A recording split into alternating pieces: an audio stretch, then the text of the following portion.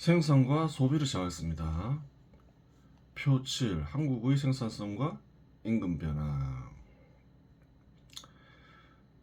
1990년을 기점으로 나눌 수가 있죠. 그 이전은 군사정부, 그 이유는 민주정치가 심화된 민주정부, 이렇게 나눌 수가 있어요.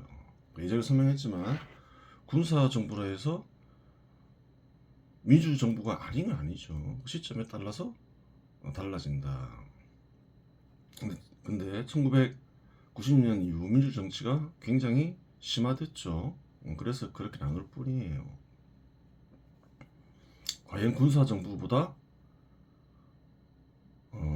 그래요. 민주주의를 일부 도입한 군사정부보다 민주정부가 더 좋은 정부인가, 이걸 따져봐야 되는 거예요. 우선 생산성을 중심으로 따져봐야 되겠죠. 가장 확실한 지표니까 그런 거죠. 월 소득을 보자는 거예요.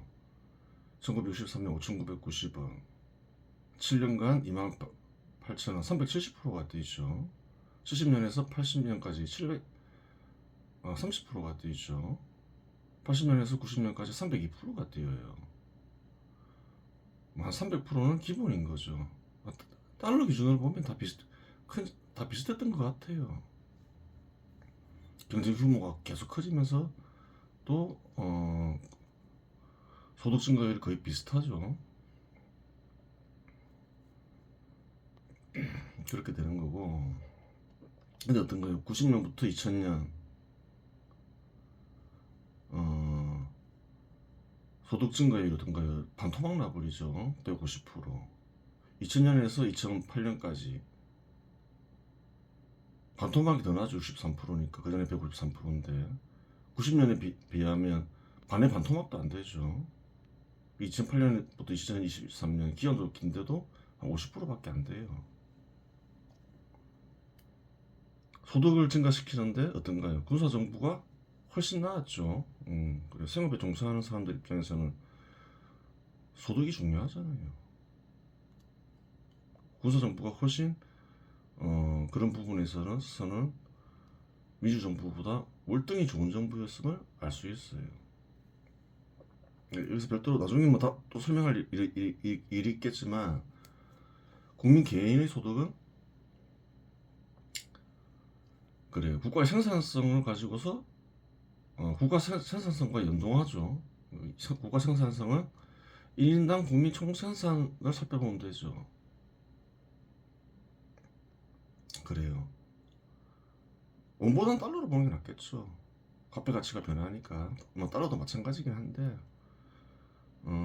그래요. 세계적 기준으로 보는 게 더 낫다는 거예요. 1963년 104달러에서 1970년 260달러. 그러니까 한 149% 정도 증가하죠. 7년간. 그러면 월 평균 소득도 원으로 따져서 그렇지 370% 나왔지, 달러 기준으로 하면 370%는 아니겠죠. 한 200% 뭐 이래 되겠죠. 그 다음에 70년에서 80년은 1728달러, 564% 증가하죠. 원으로 치면 1000% 증가하는데 그건 아니라는 거예요. 반이니까.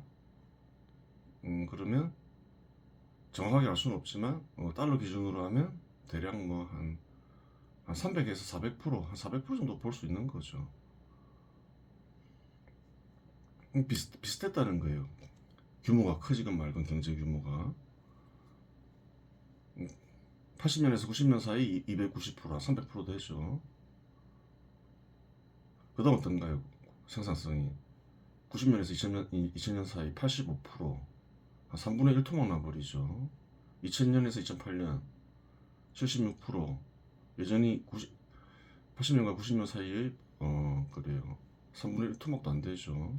2008년에서 2023년 62%. 어떤가요? 국가 생산성을 키우는데 군사정부가 좋은 정부였나요? 민주정부가 좋은 정부였나요? 군사정부가 좋은 정부였다는 거예요.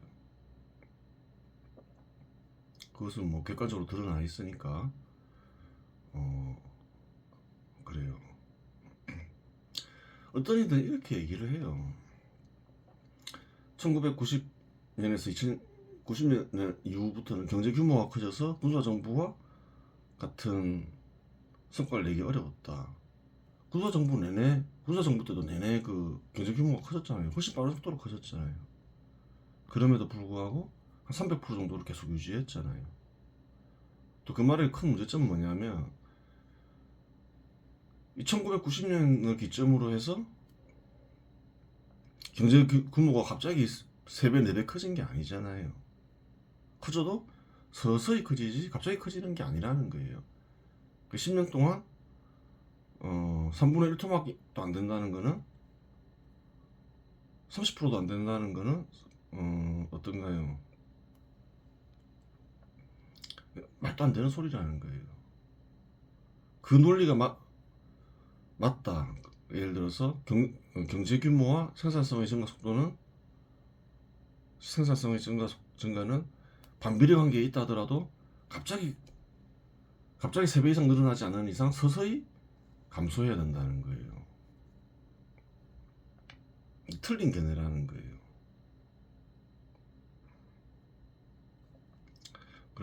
그렇게 보고 한번 보겠습니다. 인용을 해왔죠. 사회를 이루는 섭리와 섭리법으로. 공식적으로 한국에서는 1963년부터 군사정부가 시작되는데 군사정부는 권위주의 정부로 분류될 수 있다. 엄밀하게 얘기하면 완전한 권위주의는 아니죠. 국회의원 대통령 선거로 선출했으니까 대통령 같은 경우는 선거로 선출 안 한 적이 있어도 국민들이 선거로 얘기했잖아요. 그 총독부와 조선시대를 사는 이들이 볼 때는 선거로 대통령과 국회의원을 뽑는 것 자체만으로도 굉장한 혁명인 거죠. 그 어느 시점에서 바라보냐에 따라서 민주정부를 볼 수도 있고 아닐 수도 있다는 거예요. 현 시대에서 보면 군사정부는 권위주의 정부다 이렇게 분류하지만 그래요. 절대적인 기준에서 보면 또 군사정부는 그 완전한 권위주의 정부도 아니라는 거예요. 물론 군사정부 시절에도 선거로 국회의원을 선출하였기에 완전한 권위주의 정부는 아니다 그 말이죠. 따라서 엄밀히 얘기하면 준권위주의 정부로 부를 수 있다. 준권위주의 정부라고 부를 수도 있고 또 완전한 권위주의 정부가 아니고 민주적인 요소가 있으니까 준민주주의 정부라고 부를 수도 있는 거예요. 군사정부는 1963년부터 1979년까지 박정희 정부, 1980년부터 1988년까지 전두환 정부, 1988년부터 1993년까지 노태우 정부로 나누어진다. 군사정부는 시장과 자본을 발전시키는 일을 제일 중시하였다. 1963년부터 1970년까지 달러 기준으로 생산성은 149.52% 증가하는데 근로자 가구 월 평균 소득은 370.45% 증가한다. 확인이 되죠. 그래요. 거짓말 하는 게 아니에요. 통상 생산성이 폭발적으로 증가하는 시기에는 임금은 더 빠른 속도로 증가하는데 이러한 현상은 한국에서도 발견된다. 1970년부터 1980년까지의 생산성은 564% 증가하는데 이 시기 임금은 730.68% 증가한다. 그래요. 그런 경우가 있을 수 있죠. 기업이 빠른 속도로 기업 수도 증가하고 기업 규모도 빠른 속도로 증가하니까 근로자를 경쟁적으로 고용하다 보면 임금은 폭발적으로 증가할 수 있는 거예요.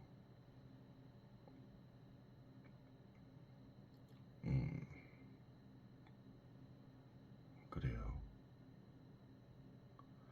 이때까지가 박정희 정부 시절에 있었던 일인데 이 시기를 군사정부 1기로 규정할 수 있다.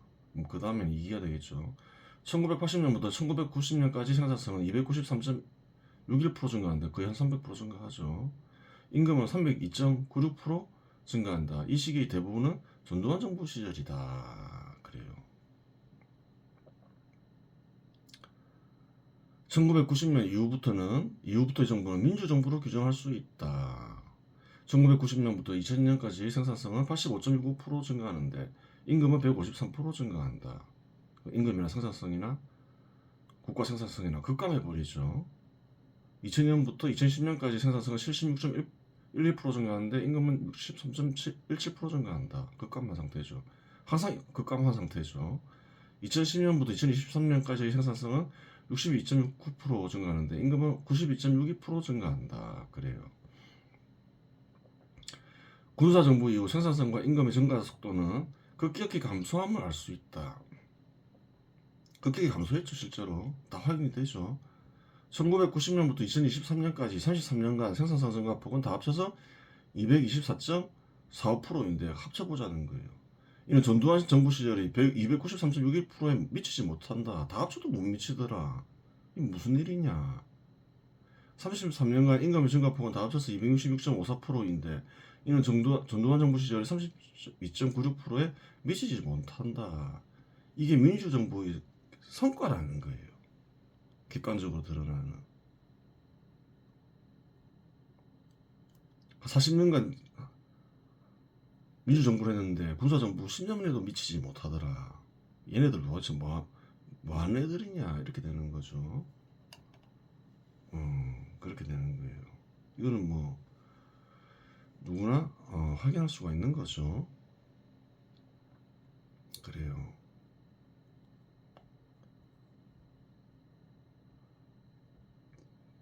시대마다 유행하는 견해가 있는 거예요.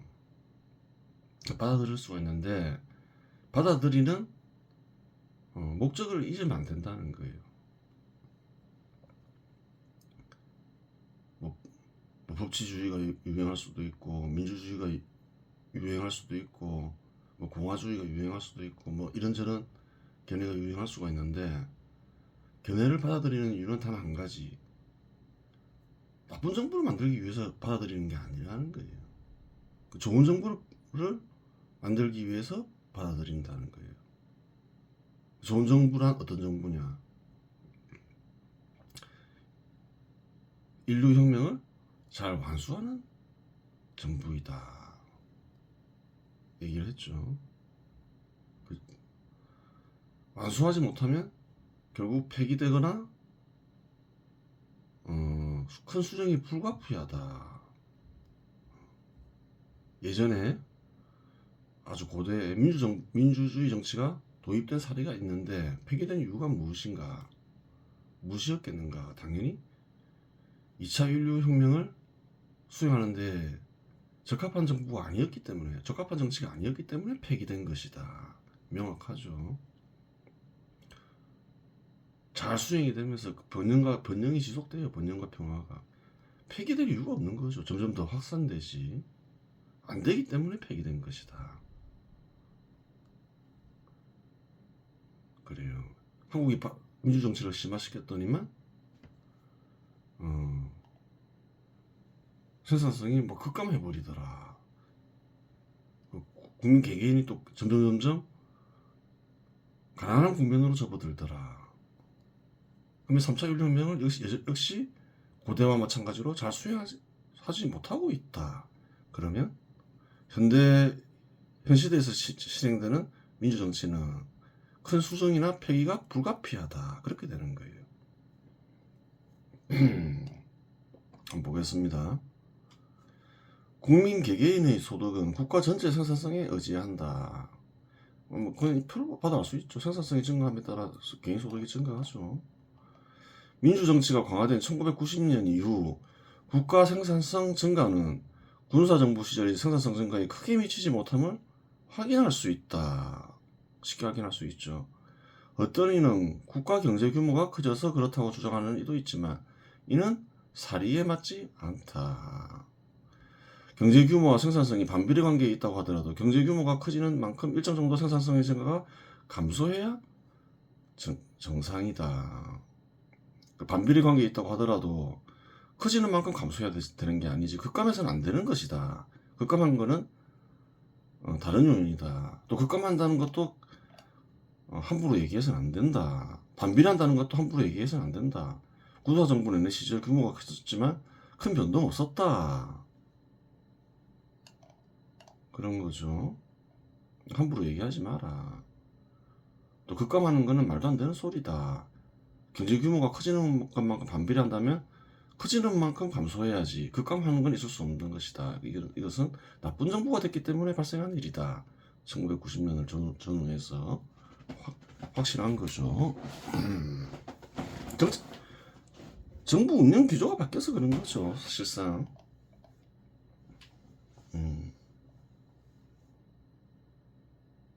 그래요.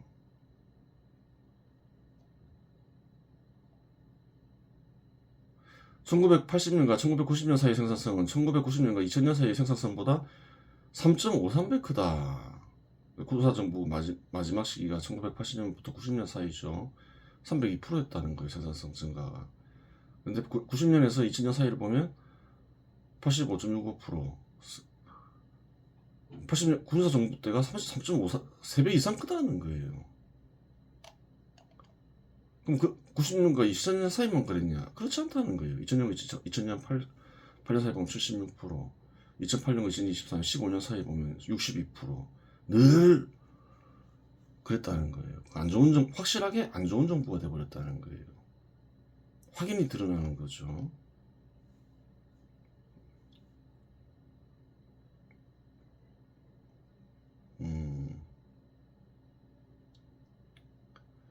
그래요.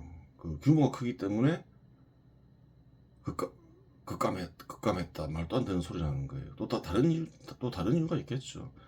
또한 한국에서는 생산성을 증가시키는 요인 역시 있었다. 그러면 규모가 생산성을 감소시키는 요인이라고 치자. 그러면 생산성을 감소시키는 요인만 있었나? 그렇지 않다는 거예요. 공산권이 붕괴되면서 이전에는 접근할 수 없는 거대한 시장이 열렸고 군사정부 때는 어떤 첨단 기술 역시 한국 기업들이 보유하게 되었다. 이런 것들은 그래요. 생산성을 증가시키는 요인이 되죠. 예전에 없던 일들이 또 일어났다. 급감해야 될 이유 같은 건 전혀 없다. 이렇게 얘기하고 있는 거죠. 군사정부는 3차 인류혁명 완수를 위한 정책을 시행하였고 주로 그러한 정책이었죠. 민주정치가 강화된 이후에는 주로 포퓰리즘 정책이 시행되어 이와 같은 결과가 나왔다. 실상 정부를 구성함에 있어서 여러 가지 견해를 받아들일 수 있다. 그런데 여러 가지 견해를 받아들이는 이유는 무엇인가? 그 취지를 잊으면 안 된다는 거예요. 더 좋은 정부를 만들기 위함이지 더 나쁜 정부를 만들기 위함이 아니다. 민주주의 견해에 입각하여 민주정치를 심화시켰더니 국가의 생산성이 급감했다면 1999년 이후 정부는 더 나쁜 정부가 된 것이다. 그 결과 국민 개개인은 예전에 비해 불만이 많아지고 삶이 어려워지다 보니 아이도 잘났지 않는다. 그럼 이런 생각을 할 수 있죠. 그래, 뭐 그건 인정하겠다. 생산성 제일 중요한 부분이 한데 생산성이 급감했다. 하지만 그것만으로 좋은 정부, 나쁜 정부를 가릴 수가 있느냐?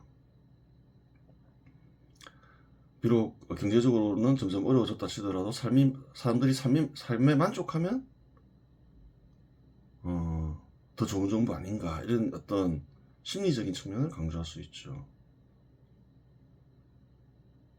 즉 군사정부보다 2배, 3배 이상 만족할 수도 있지 않느냐 대다수 국민들이 그걸 살펴볼 수도 있어요. 간접적인 건 아니지, 간접적이긴 하지만 자살률을 보면 안다는 거예요. 10만 명당 자살률. 자살률은 뭔가요? 동일한 숫자에 있어서 자살률이니까 얼마나 만족하느냐, 만족하지 못하느냐, 얼마나 큰 불행을 느끼느냐, 이제 이런 부분이죠. 85년부터 수치가 나와 있어요. 85년 보면 군사정부 때, 85년 때는 확실히 군사정부 때죠. 11.5명이에요. 10만 명당 11명 정도가 자살했다는 거예요. 1990년, 기로죠. 이때까지는 9명이라는 거예요. 아니, 10명 정도, 10만 명당 한 10명 정도 자살했으면 알 수 있어요. 근데 2000년에는 몇 명인가요? 17.5명이에요. 민주정부 때죠. 2010년 때는 35명이에요. 2020년에는 24명이에요. 군사정부 때에 비해서 2배 이상 사람들이 불만을 느낀다, 불행해한다. 그렇게 추정할 수 있는 거예요. 뭐 잘못된 추정이 아니죠. 경제적인 성과뿐만 아니라 불행을 느끼는 정도, 또 혹은 만족하지 못하는 정도 역시 불행을 느끼는 정도도 2배 이상 커졌다는 거예요. 국민들은 어떻게 분석할 수 있나요? 군사정부 때 더 행복하다 생각을 했다. 심리적인 측면에서도 군사정부가 훨씬 좋은 정부였다. 거짓말 하지 마라. 수치에 다 나와 있다. 통계 보면 다 안다. 이렇게 나와. 누구나 확인할 수 있다. 그 말이죠. 출산율도 보자는 거예요. 아, 살기 좋다. 이렇게 생각하면 애를 많이 낳겠죠. 그럴 거 아니에요. 살기 좋은 곳에 애를 키워야 되겠다. 그래요. 그래 생각하는데 1960년에는 5.99명, 1970년에 4.46명 감소하는 추세긴 하죠. 1980년 2.73명, 85년에 1.71명.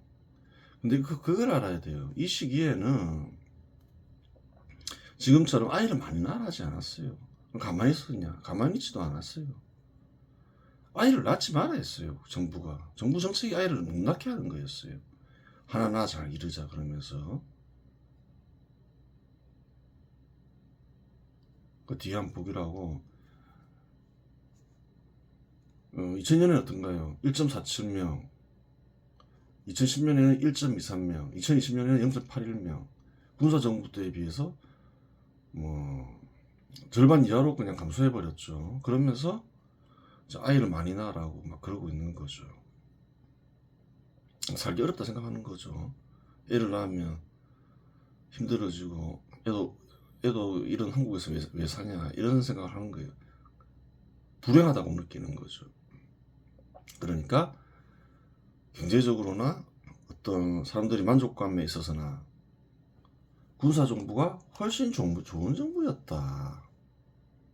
그게 어쩔 수 없는 현실이다. 결과가 그렇게 나온다. 통계 자료를 보면 그래 부인할 수 없는 거죠. 한번 보겠습니다. 1980년대에는 아이를 적게 낳는 것이 미덕이었고 정부 역시 아이를 적게 낳으라고 권고했다. 하나 잘 기르자. 잘 키운 딸 하나 열아들 안 부럽다가 정부 구호였다. 실제로 그랬다는 거예요.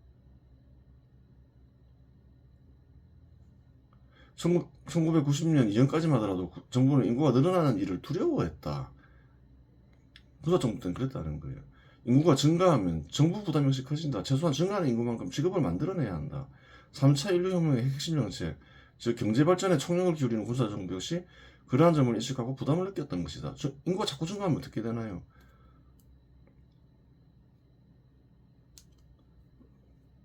다수 인구를 수용할 수 있는 직업이 있어야 될 거 아니에요. 경제발전에 총력을 기울이는 군사정부도 큰 부담을 느꼈다는 거예요. 굶어 죽게 할 수는 없으니까 직업을 못 구해서 거지가 되면 또 정부가 먹여 살려야 될 거 아니에요. 군사정부가 경제발전에만 총력을 기울인 것은 아니다. 사교육이 유행하면서 사교육비에 대한 부담이 커지자 군사정부는 사교육을 금지시켜 개인이 지출해야 할 비용을 줄였다. 또한 경제발전에 총력을 기울인 결과 개인의 소득은 날로 커졌으니 아까 확인했죠.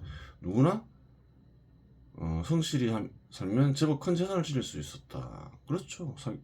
사교육비로가 성행하니까 전두환 정부가 금지시켰죠. 그래요. 그 개개인이 부담을 크게 줄여주었죠. 그러면서 이제 다 시험을 치니까 시험 성적 순으로 이제 대학을 갔죠. 뭐 공직자를 뽑을 때도 시험 성적 순이었고. 그러니까 기본적으로 그건 무엇에 하나요? 공정의 실현이 되는 거죠. 비용을 줄이면서 공정도 실현했다. 그래요. 현 시대 정부하고는 다르죠. 국가와 국민을 위해서 일한 거잖아요.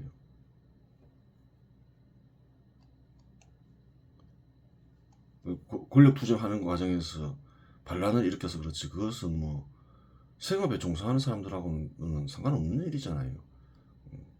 권력을 얻고자 하는 이들 간의 다툼인데, 그래요. 정치라고 하면 권력 투쟁과 나라를 다스리는 일은 있는데, 나라를 다스리는 일은 군사정부가 민주정부보다 훨씬 나았다는 거예요. 그것은 통계자료에서 확인된다. 누구나 확인할 수 있다. 그렇게 되는 거죠. 또한 경제발전에 총력을 기울인 결과 청년들이 취업하는데 아무런 문제가 생기지 않았다. 그래요. 그래서 좀 학생들이 뭐 거리에 나가서 운동을 많이 했죠. 공부를 안 하고. 그래도 뭐 다 취업이 됐다는 거예요. 대부분. 취업하는데 어려움이 없었다는 거예요. 즉 군사정부 때 대다수 국민은 큰 만족을 느끼며 군사정부를 지지했다. 진짜냐? 지금처럼 민주주의가 유행하는 곳에서는 믿을 수 없다. 그렇게 생각할 수 있지만 그것도 자료에 다 나와 있어요. 만족했냐 안 했냐. 당시 선거 결과를 보면 알 수 있죠. 대통령 선거, 국회의원 선거. 그 전 지역에서 그래요. 지금은 그래요. 호남 사람들이 군사정부를 아주 특히 나쁘게 생각할지 모르겠지만 전두환 시절까지만 하더라도 호남 지역에서도 군사정부가 선거를 하면, 국회의원 선거를 하면 절반 이상 얻었어요. 다수 정당이었다는 거죠. 그 당시에 민정당이었던 걸로 기억하죠. 그래요. 즉 군사정부도 대다수의 국민은 큰 만족을 느끼며 군사정부를 지지했다.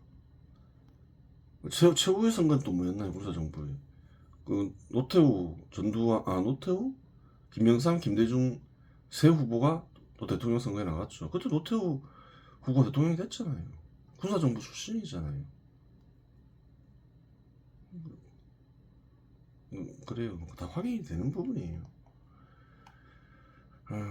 물론 민주주의나 사회주의 혹은 공산주의에 세뇌된 정신병자들, 그렇죠. 민주주의나 사회주의, 공산주의에 세뇌된 이들이 있죠.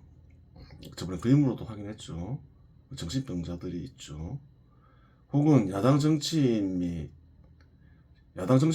지지하는 이들은 불행하다고 생각했겠지만 생업에 종사하는 이들은 군사정부에 만족하였으며 이는 군사정부 시절 치러진 국회의원 선거나 대통령 선거를 통해 확인할 수 있다는 거예요.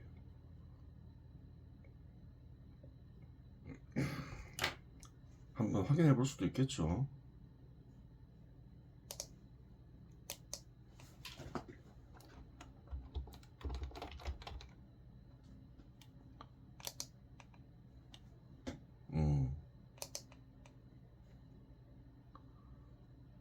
그래요.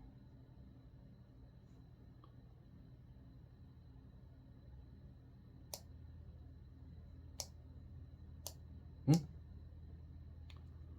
있는데 잠깐만 확인하기로 하고 각자 찾아보면 되는 거고. 그래요. 그러면 국정기조가 어떻게 바뀌었느냐? 군사정부 때는 정부가 3차 인류혁명의 완수를 위해서 경제발전, 공정 달성, 총력을 다했다. 근데 민주정부는 그러지 않고 무엇을 하든가 정치인들이 선거에 당선되기 위해서 이런 신분 저런 신분을 가진 사람들에게 이익을 보장하는 행위를 하고 있더라. 그러니 나라 꼴이 되겠는가? 그래요. 그렇게 되겠죠. 그러니까 이 객관적인 지표를 봐라. 국민들이 개개인이 만족하는 정도나 경제적 지표나 엉망진창이 돼버렸다. 그런 것뿐만이 아니죠. 뭘 해도 안 되죠. 잼버리 이런 걸 유치해도 엉망진창이 돼버리고 되는 일이 없다는 거예요. 그 정부가 단순히 나쁜 정부만 된 것이 아니라 완전히 고장이 나버렸다. 그렇게 분석할 수가 있는 거예요. 나라가 소멸하기 전에 현 시대에 진행되고 있는 민주정치 한국에서 그래요. 폐기하거나 큰 수정이 불가피하다. 그렇게 되는 거예요. 이번 시간에서 마치겠습니다.